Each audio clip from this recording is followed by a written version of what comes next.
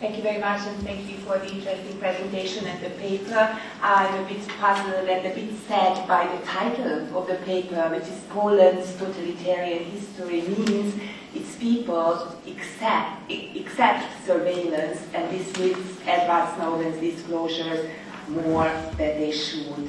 Don't you think as a Polish person that it's a bit unfairly humiliating towards the Polish people who were fighting so hard during history for freedom? I'm also East European, I'm from Hungary, and I don't think that we accept surveillance and we had a totalitarian history because we love it. We were under Soviet occupation, and when we tried to revolt against it, we were facing Soviet tanks. I think it would be just as fairly said as the title, Europe's totalitarian history means its people accept surveillance and dismiss Edward Snowden's disclosures more than they should. It's just as fair, or even more fair, to say so. And my other question is, when the so-called democratic transition took place in our countries, in Hungary as well as in Poland, all these Westerners came to us and were tutoring us and mentoring us on democracy, the rule of law, human rights. And now it turns out that it was all a kind of a lie. I mean, the United States have been surveilling its people, and they send political prisoners into secret CIA prisons into your country and several European countries. They use drones to extrajudicially kill people. You know, Western Europe does very similar things.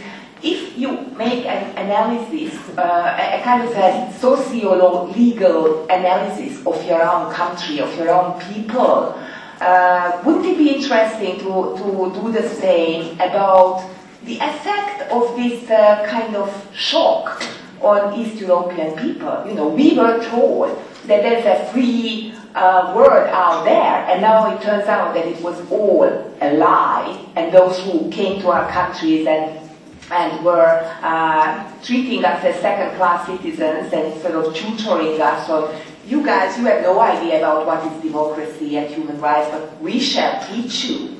And who are the teachers? What kind of effect did this revelation have on the freedom-loving Polish people? Thank you. Dziękuję, panie przewodniczący. Thank you very much. Mr. Chairman, I'd like to sincerely thank Madame Morvai for what she said, because it would give a truly false impression were we to think that Polish society, due to the fact that it was under totalitarian rule for some years, is less democratic or accepts such practices more willingly.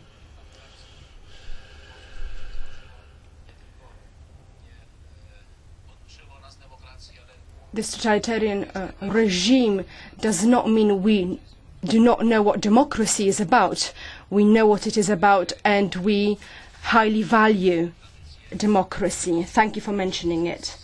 Let me just mention that we have a huge tradition of democracy in Poland of many centuries. Kings were democratically elected in Poland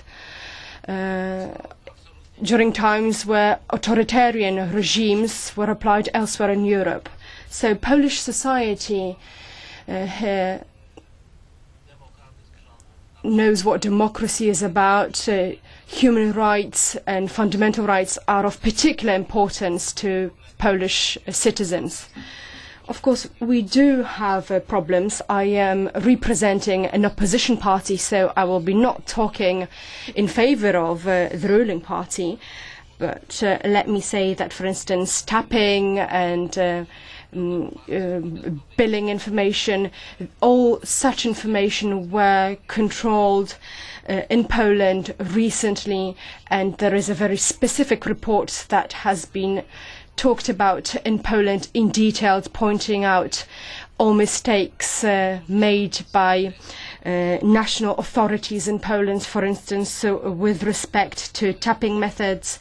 So this report is very specific, and I hope that this misconduct will not take place again. Of course, such things need to be discussed, and the whole PRISM affair and the whole affair of Edward Snowden, I think it came as a surprise to all of us. I do not think we were ready for it, and that is why today we have certain problems with respect to it in Poland too.